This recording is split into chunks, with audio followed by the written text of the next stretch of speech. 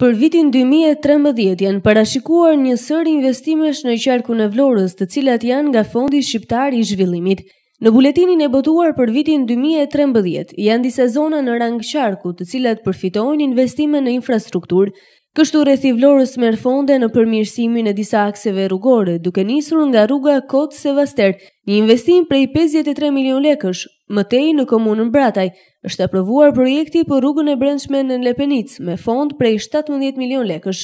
Gjithashtu, në komunën Novosel është parashikuar investimi për fazën e dytë të hidrovorit të zonës me fond prej 46 milion lekësh. E mëtej në Bashkinë Imar me fond prej rreth 52 milion lekësh do të rikonstruktohen rrugë të brendshme, ujësjellsi e të tjerë. Kështu për te investimit të bypassit dhe të tjera investime të parashikuara nga qeveria shqiptare për qarkun, në veçanërisht rrethin e Vlorës për këtë vit, edhe nga projektet e fundit të zhvillimit, Vlora do të përfitojë investime në infrastrukturë që kapin vlerën e rreth 168 milion lekëve.